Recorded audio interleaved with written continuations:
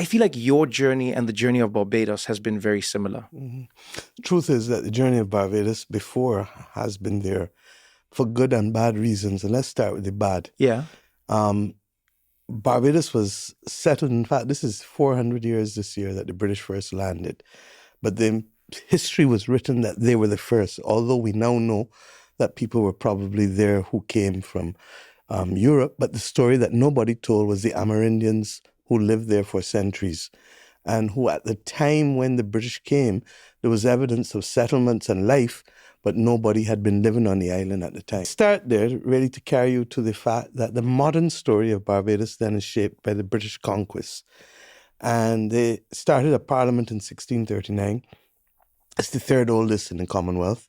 And they passed a law, which really is something that we are not proud of at all.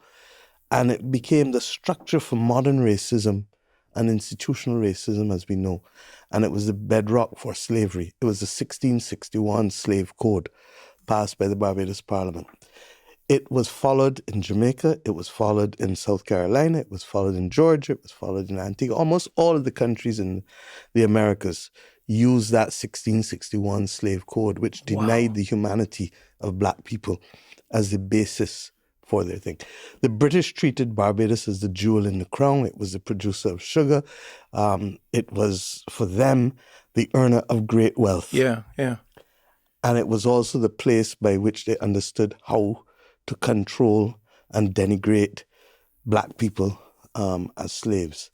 So that we feel, as modern, independent Barbadians, that we have a duty to pay forward. And that duty to pay forward is as a result of that history. Now, there were other things that happened at the time because of how important the colony was to the British. So after King Charles took back over from Cromwell, ironically King Charles, he gave some of the planters in Barbados land in the Carolinas.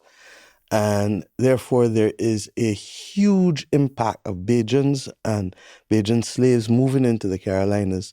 There is also a belief that we need to do more research with the Gula people and to really see the linkages between the Carolinas and Barbados.